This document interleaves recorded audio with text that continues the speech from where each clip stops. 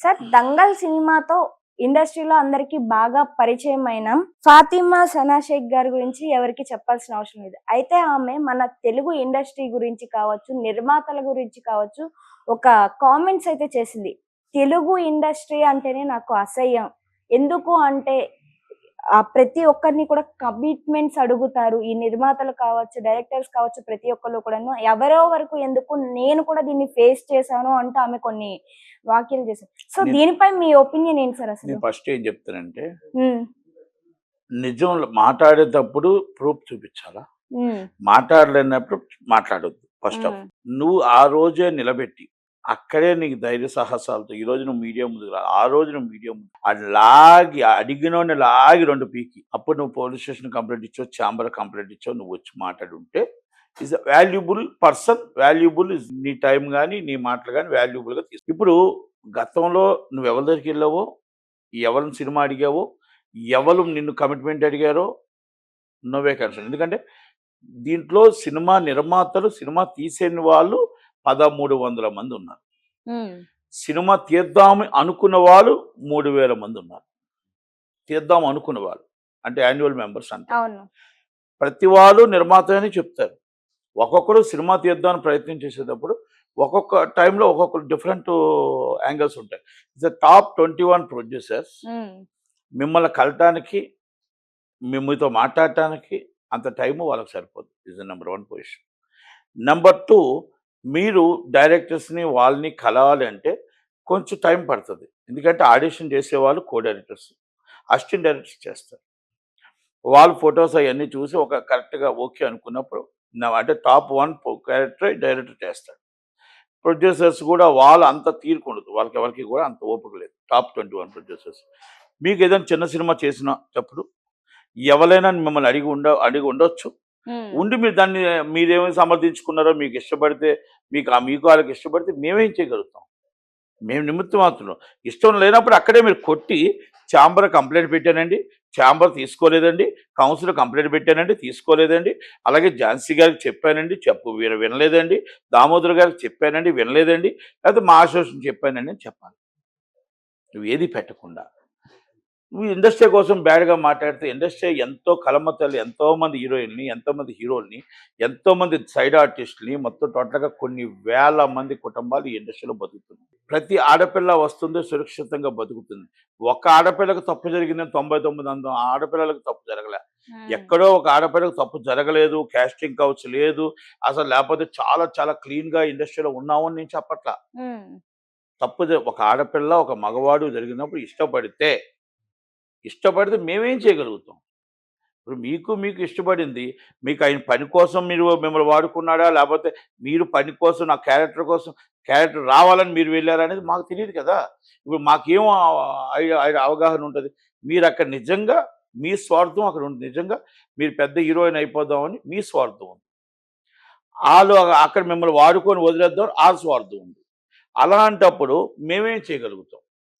మీరు ఆ తప్పు జరిగినప్పుడు మీరు కంప్లెయింట్ ఇచ్చుంటే. ఇప్పుడు అమ్మాయి షష్ఠి ఎవరో అమ్మాయి కంప్లెయింట్ ఇచ్చారు. అవును. ఆ రోజు ఆ అమ్మాయి ఏమన్నది? నా మైనర్ కాబట్టి నాకు భయమేసి నేను టాప్ నంబర్ డాన్స్ మాస్టర్ అయిపోదాం అనుకున్నాను కాబట్టి నేనేమి కంప్లెయింట్ ఇవ్వలే. హ్మ్.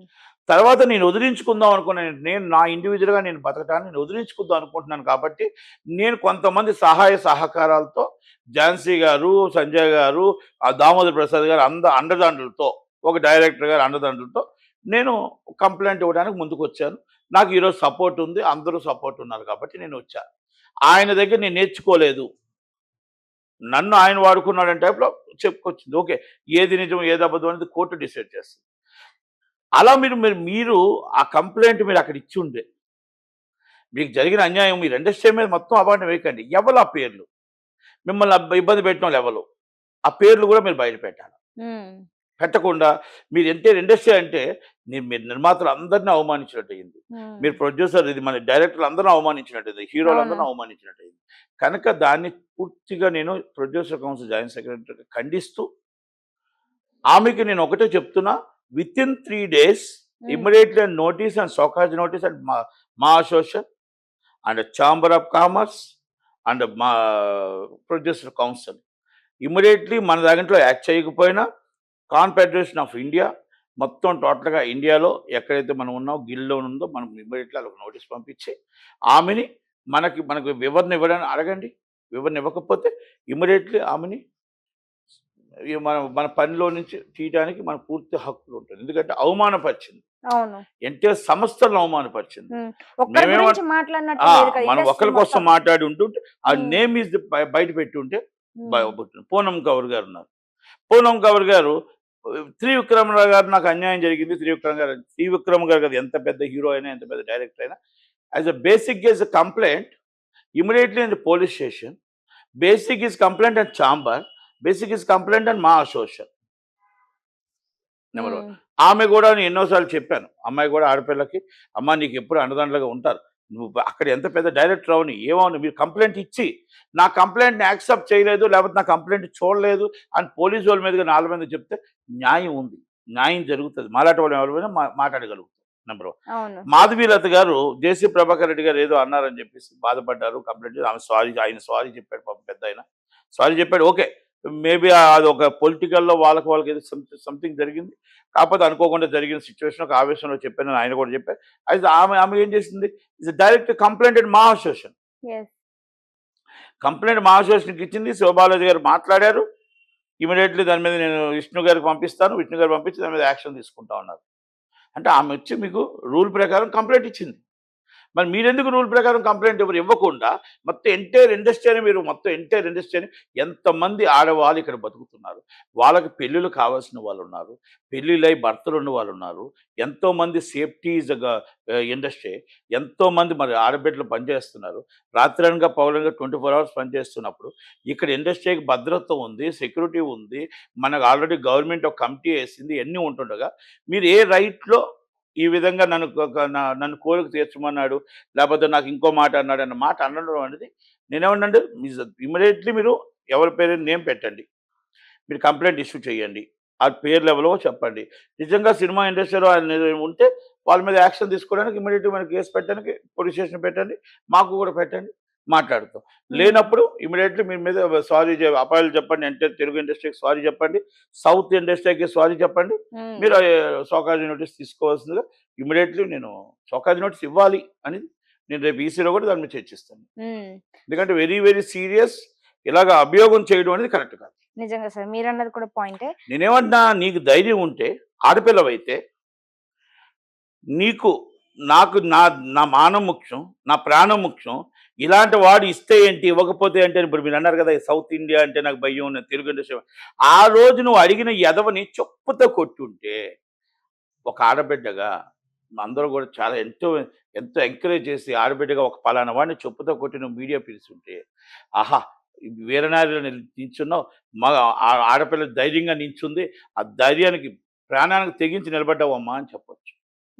మరి ఆ రోజు ఏం జరిగిందో నీకు తెలియదు, మీకు వాళ్ళతో ఏం జరిగిందో ఆ పేరు తెలియదు, ఏమీ తెలియదు. ఈ రోజు మన ఇండస్ట్రీని అబాలు వేయడం ఎంత కరెక్ట్ అనేది ఇది ఎంటైర్ జనాలు చూస్తున్న వాళ్ళు కానీ ఇండస్ట్రీ కానీ దయచేసి ఆమె కూడా request and immediately is a name బయట పెట్టండి, నేమ్ బయట కంప్లైంట్ ఇవ్వండి, అంతే తప్ప మీరు ఎలా పేరు చెప్పకుండా ఇలా చేయడం అనేది కరెక్ట్ కాదు అని చెప్తున్నాను. ఎందుకంటే అందరి ఇండస్ట్రీలో ఉన్నాయి, మా ఇండస్ట్రీ ఎలాగ ఉందో, ఐటీ ఇండస్ట్రీ ఎలాగ ఉందో, సినిమా మొత్తం టోటల్గా టెలివిజన్లో అందరి దాంట్లో ఆడపిల్లలు పనిచేస్తున్నారు.